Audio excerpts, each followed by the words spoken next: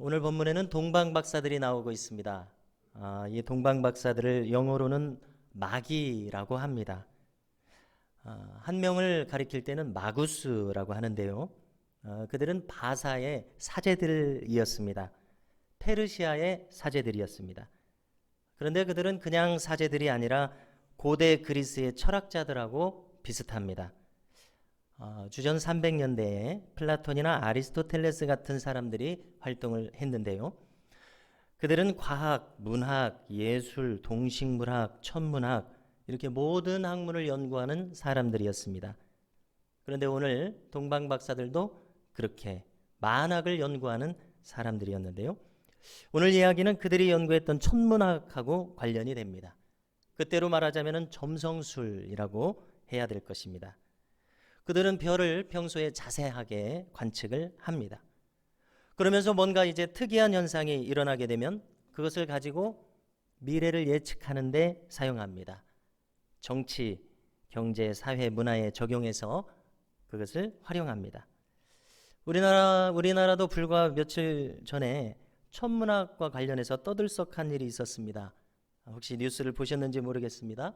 왜냐하면 이 토성과 목성이 가장 가깝게 근접했던 때이기 때문입니다. 400년 만에 이런 일이 생겼다고 합니다. 그래서 찍어놓은 영상을 보니까 목성에 이렇게 줄무늬가 어렴풋이 보이고요. 또 토성에 띠를 두른 것이 보이는데 이렇게 가까이 근접한 것을 찾아볼 수가 있었습니다.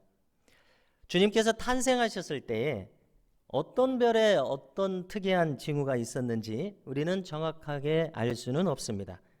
그렇지만 저 동방박사들은 지금 오늘날의 이라크를 떠나서 이 멀리 유대 땅에 찾아올 만큼 뚜렷한 이 별자리의 변화를 포착했었던 것입니다. 특별히 그 별이 보이는 변화는 그들이 평생 연구한 지식과 그들의 연구 결과에 따르면은 위대한 왕의 탄생을 지시하는 큰 변화였습니다. 그래서 그들은 유대 땅까지 와서 예루살렘에 있는 헤롯 왕에게 나아갔습니다. 자, 헤롯 왕은 주전 50년쯤 전부터 이 로마에 임명을 받은 유대의 총독이었습니다. 그러다가 한 10년쯤 지나서 유대의 왕으로 임명을 받았습니다. 그의 태생은 유대인이 아니었습니다. 그는 에돔 사람이었기 때문에 정통성이 약했습니다. 그래서 그는 예루살렘 성전을 화려하게 리모델링을 했습니다. 왜냐하면 이제 왕으로서 유대인들의 마음을 얻어야 했기 때문에 그렇습니다. 한마디로 이 헤롯 왕은 그의 자리가 불안한 사람이었고 이 왕의 자리를 유지하는데 아주 민감한 사람이었습니다. 그런데 이제 저 페르시아에서 사제들이 찾아온 것입니다. 동방박사들입니다. 그들은 별을 깊이 연구하다가 위대한 왕이 탄생할 징조, 그 징조를 발견하게 돼서 찾아왔노라고 말했습니다.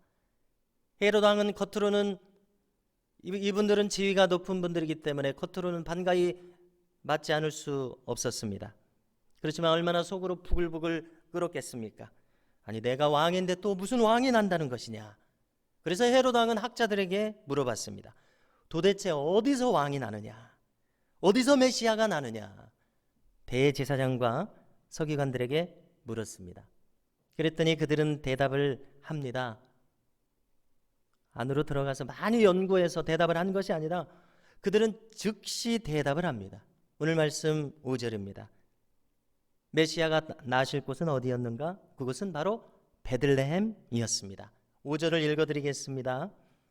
이르되 유대 베들레헴이오니 이는 선지자로 이렇게 기록된 바 또 유대 땅 베들레헴아 너는 유대 고을 중에서 가장 작지 아니하도다. 내게서 한 다스리는 자가 나와서 내 백성 이스라엘의 목자가 되리라 하였음이니이다. 아멘. 자, 이 말씀은 구약의 미가 선지자의 예언입니다. 미가서 5장 2절에 있습니다. 그는 주전 700년대에 이사야 선지자와 같은 시대에 활동을 했습니다. 성도 여러분, 이렇게 헤롯 왕 때 서기관들이 즉시 그 메시아가 나실 것을 대답한 것을 보면은 이 메시아에 대한 예언을 구약 성경에서 아주 명확하게 잘 정리하고 있었다는 것을 알 수가 있습니다. 자, 그런데 한 가지 의구심이 드는 것이 있습니다. 2000년 전에도 저렇게 유대인의 서기관들이 잘 정리하고 있었다면 오늘의 유대인들의 학문은 더 많이 발달했을 텐데 오늘날의 유대인들이 이 구약 성경의 메시아 예언을 무시하고 있다는 것이 잘 이해가 되지 않습니다. 그때보다도 더 똑똑한 학문의 업적을 쌓았을 텐데 그들이 이 메시아의 예언을 무시하는 것은 일부러 회피하기 때문이 아닌가 그런 생각이 듭니다. 자기들 마음속에서 부정하고 거부한다는 생각이 듭니다. 자, 그런데 사람은 누구나 다 마찬가지입니다. 자기가 모르는 것, 이질적인 것이 우리 마음속에 들어오면 우리는 먼저 거부하기 마련입니다. 일종의 면역 체계와 같다고 생각합니다. 자, 우리가 코로나 때문에 이렇게 오늘도 영상으로 예배를 드리고 있는데요. 이 코로나 바이러스에 대해서 아직 인간에게 면역 체계가 갖춰져 있지 않지 않습니까? 그래서 우리가 속절없이 이렇게 어려움을 겪고 있습니다. 인간에게 해로운 바이러스를 알아서 차단을 해서 밀어내야 되는데 그에 대한 정보가 인간의 몸에 없기 때문에 무방비하게 받아들여서 이렇게 문제가 되고 있습니다. 자, 그런데 예수님께서는 인간에게 생명을 주시기 위해서 오셨습니다. 바이러스는 해를 끼치기 오지만 예수님은 우리에게 생명을 주시기 위해서 오셨습니다. 그런데 인간들은 어떻게 합니까? 순순히 주님을 영접하지 않습니다. 주님을 이질적인 요소로 알고 거부합니다. 여러분, 여기 예수님께서 탄생하신 곳이 뭐라고 되어 있습니까? 베들레헴입니다. 자, 이 베들레헴이라고 하는 명칭에 뜻이 있습니다. 자, 벳은 집이라는 뜻이고요. 레헴은 떡이라는 뜻입니다. 자, 그러면 무슨 의미가 됩니까? 떡집이라는 의미가 됩니다. 떡집. 자, 우리가 룻기를 보시면은 보아스라고 하는 인물이 나오죠. 그는 이제 농사를 많이 짓는 부자였습니다. 분명히 보아스의 경우를 보면은 이 베들레헴이라고 하는 곳은 곡식이 많이 나는 지역인 것을 알 수 있습니다. 그래서 그 지명을 얼마나 곡식이 이렇게 풍요로우면 떡집이라는 그런 명칭을 베들레헴이라고 지었는가 하는 생각을 하게 됩니다. 자, 그런데 예수님께서 이곳에서 탄생하신 것과 이 지명의 의미가 절묘하게 그 뜻이 맞아떨어지는 것을 알 수가 있습니다. 왜 그러냐면 예수님께서는 자신을 늘 뭐라고 말씀하셨냐면 여러 가지로 말씀하셨지만은 생명의 떡이라 이렇게 말씀하신 대목이 많이 나옵니다. 자, 먼저 요한복음 6장 35절을 보니까 주님은 이렇게 말씀하십니다. 나는 생명의 떡이니 내게 오는 자는 결코 줄이지 아니할 터요. 이렇게 말씀하셨고요. 또 조금 더 가서 6장 48절에도 보면은 내가 곧 생명의 떡이니라 이렇게 말씀하셨습니다. 또 더 진행을 해서 6장 51절에도 보니까 말씀하십니다. 나는 하늘에서 내려온 살아있는 떡이니 사람이 이 떡을 먹으면 영생하리라. 내가 줄 떡은 곧 세상의 생명을 위한 내 살이니라 하시니라 이렇게 말씀하십니다. 여러분, 우리가 헬라어를 만일 공부한다면 이 몸이라는 말이 따로 있습니다. 그것은 이제 소마라는 말을 씁니다. 그리고 자, 우리가 몸이 있고 살이 있다고 할 때 구분이 되시죠? 살이라는 말이 또 따로 있습니다. 그것은 사르크스라는 말을 씁니다. 그것은 말 그대로 이 고기 덩어리, 육신을 가리킵니다. 살점이라는 뜻입니다. 자, 주님께서 나는 생명의 떡이니 하고 생명을 위한 내 살이니라 방금 이렇게 말씀하시지 않았습니까? 자, 이 내용을 보면은 주님께서 십자가에서 살이 찢기셔서 제물로 죽으신 것을 떠올리게 합니다. 자, 죽음의 사자가 범치 못하게 하는 것이 바로 이 유월절 양의 의미입니다. 유월절 양이 흘린 피의 의미입니다.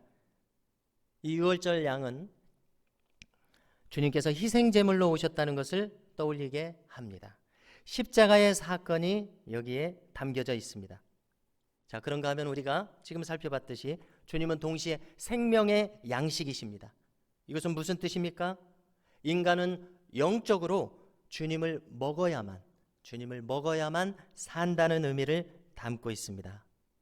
여러분, 우리는 일상생활 속에서 잘 경험하고 알고 있습니다. 무엇을 알고 있습니까? 우리가 살아가는 모습이 그저 삼시세끼가 해결된다고 우리의 삶의 모든 문제가 해결되지 않는다는 것을 우리는 잘 알고 있습니다. 무엇인가 충족되지 않는 것을 느낍니다. 만약 우리가 명예를 얻었다고 하더라도, 또 다행히 노후가 잘 준비되었다고 하더라도, 인간은 그 영혼 속에서 온전히 충족되지 않는 부분이 있습니다. 왜 그렇습니까? 인간은 영적 존재이기 때문에 그렇습니다. 오직 예수님을 먹어야만 인간은 충족됩니다.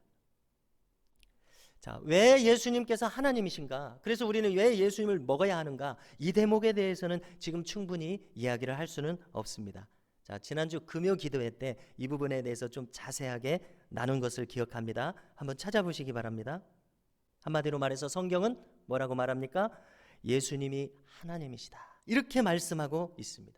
그렇기 때문에 우리가 예수님을 언제나 찾게 만드십니다. 성경을 읽고 기도를 하고 신앙생활을 하면, 우리가 예수님을 찾으면 그것이 하나님을 찾는 것이 됩니다. 예수님을 찾으면 하나님과 교통하는 것이 됩니다. 그의 영혼이 살아납니다. 바로 이렇게 살아가는 것이 인간이 영적으로 살 수 있는 유일한 길이라고 하는 것을 우리는 분명히 알아야 합니다.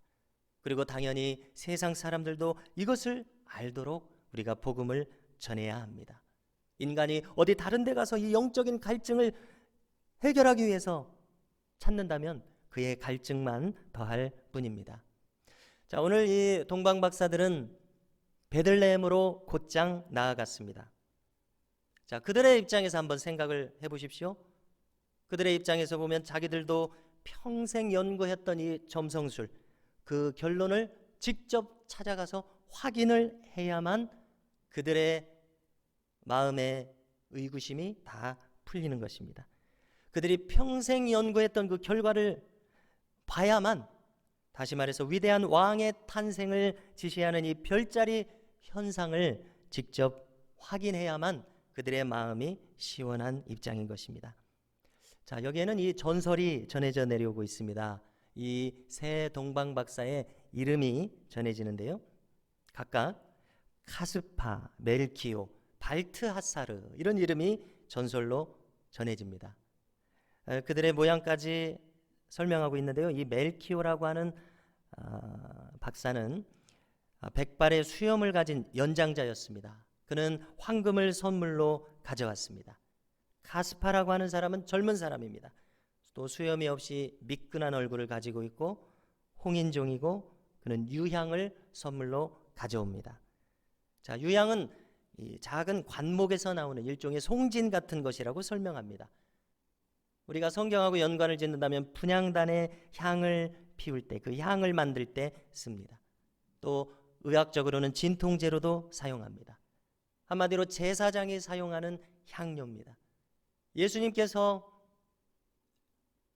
모든 인류의 제사장으로 오신 것을 생각할 때 얼마나 주님과 잘 어울리는 선물인가 하는 생각을 하게 됩니다. 자, 발타사르는 수염이 있는 흑인입니다. 그는 모략을 선물로 가져왔습니다. 자, 모략은 시신을 염할 때 방부제 처리용으로 사용합니다.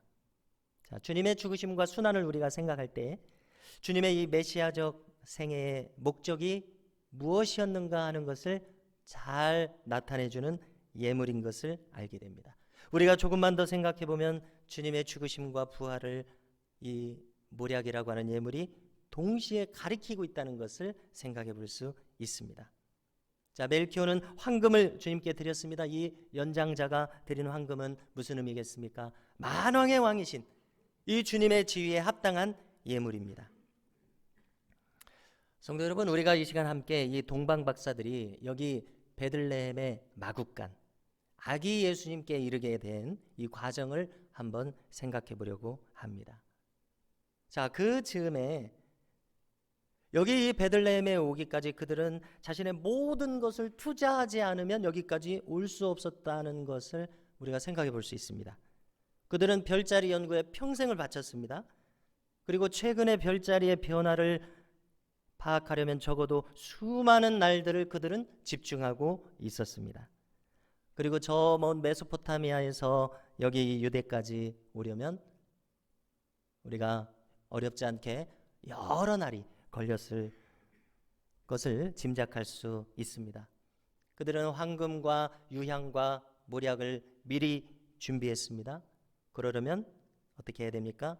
이 일에 대해서 진정성을 가져야 되고 열망을 가지지 않으면 할 수 없는 일인 것을 우리는 쉽게 짐작할 수 있습니다. 그들은 고국에서 지위가 높은 사람들이었습니다. 자기의 직무를 남에게 맡기고 와야 했습니다. 자, 한마디로 만왕의 왕이신 주님을 영접하기 위해서는 그들이 이렇게 올인했던 것처럼 우리도 올인해야만 가능하다는 것을 알게 해주는 대목입니다. 자, 우리가 지금까지 수십 년 동안 공연되고 있는 한 연극이 있습니다. 그 연극의 제목은 빈방 있습니까? 라는 연극입니다. 자, 이 연극은 실제로 미국의 한 교회에서 있었던 실화를 바탕으로 만든 연극입니다. 이 연극의 배경은 이것입니다. 이제 요셉과 마리아가 호적을 하기 위해서 베들레헴의 어느 여관을 찾아왔던 때를 배경으로 합니다. 그리고 이 연극이 실제 일어났었던 그 미국의 한 교회에서 성탄 전야에 올릴 연극을 준비하면서 그 한 여관의 주인 역을 윌리라고 하는 아이가 맡았었습니다. 그런데 그 아이는 성격이 매우 마음이 여리고 또 말을 더듬는 아이였습니다. 자, 그 아이가 맡은 대사는 아주 간단한 대사였습니다. 요셉과 마리아가 이제 여관에 찾아왔을 때 그의 대사는 이것입니다. 빈방 없습니다. 이 대사입니다. No vacancy. 여기 빈방 없습니다. 이런 간단한 두 마디의 대사입니다. 자, 연극은 순조롭게 진행되고 있었습니다. 자, 그런데 막상 윌리가 이 요셉과 마리아를 대면하게 되자 윌리는 현실과 이 연극을 혼동하기 시작했습니다. 이 연극에 자기의 인격이 몰입된 겁니다. 그가 이 초라한 요셉과 마리아, 만삭의 마리아를 보게 되는 순간 윌리는 이제 연극 속의 윌리가 아니라 여관 주인이 아니라 현실의 윌리가 되어서 현실의 윌리로서 거짓말을 할 수가 없었습니다. 왜냐하면 지금 자기 집에는 빈방이 있었기 때문에 그렇습니다. 그래서 윌리는 차마 빈방이 없다는 말을 하지 못하고 제 방이 있습니다. 저희 집으로 가시죠 라고 말했던 것입니다. 빈방 없습니다. 이 대사를 해야 되는데 저희 집으로 가시죠 이렇게 대사를 한 것입니다. 자, 이제 문제는 예상치 못한 대사를 들은 요셉이 문제였습니다. 어떻게 할지 대책이 안 섭니다. 자, 그래서 NG가 났습니다. 자, 빈방이 없다고 하면 이제 다른 여관으로 가기로 이 연극이 대본이 되어 있었기 때문에 요셉은 더 이상 연극을 진행할 수가 없었던 겁니다. 그날 연극은 완전히 망쳤습니다. 그런데 온 회중은 울음바다가 되었습니다. 이 연극에서 윌리는 기도합니다. 예수님, 연극을 망쳐놔서 죄송합니다. 그렇지만 정말 제 방은 비어 있는데 어떻게 예수님을 누추하고 냄새나는 마구간에서 태어나시라고 하겠습니까? 정말 예수님께서 저희 집에서 태어났으면 좋겠다고 생각했어요 라고 기도했습니다. 자, 여러분, 여기 이 윌리는 성탄 연극에 몰입했습니다. 자, 다시 말해서 자기의 전 인격을 여기 올인하는 자세로 이 연극에 임한 것입니다. 그때 이 연극 속에서 윌리는 주님과 인격적으로 대면하게 됐습니다. 그러자 이제 자신에게 있는 것을 내어드리지 않으면 견딜 수 없는 그런 심정이 되었습니다. 성도 여러분, 우리도 함께 이 자리에서 지금 주님께서 오신 성탄을 맞았습니다. 우리 각 사람에게 빛을 주시러 오신 주님, 생명의 빛을 비추시기 위해서 아기 예수로 오셨습니다. 여러분, 오늘 우리는 이 아기 예수로 오신 주님을 어떻게 맞이해야 하겠습니까? 저 순수한 마음을 가졌던 그 윌리, 순수한 마음으로 예수님을 영접했던 윌리처럼, 그리고 저 이방인들임에도 불구하고 자신들의 온 인격을 집중해서 왕으로 나신 아기 예수께 경배하기 위해서 왔던 저 동방의 박사들처럼 이 자리에 있는 저희들도 저희들의 온 인격으로 주님을 영접하시게 되시기를 주님의 이름으로 축원합니다. 그러면 우리 자신이 온 영혼을 다해서 우리 자신을 주님께 성탄의 선물로서 드리게 될 줄로 믿습니다.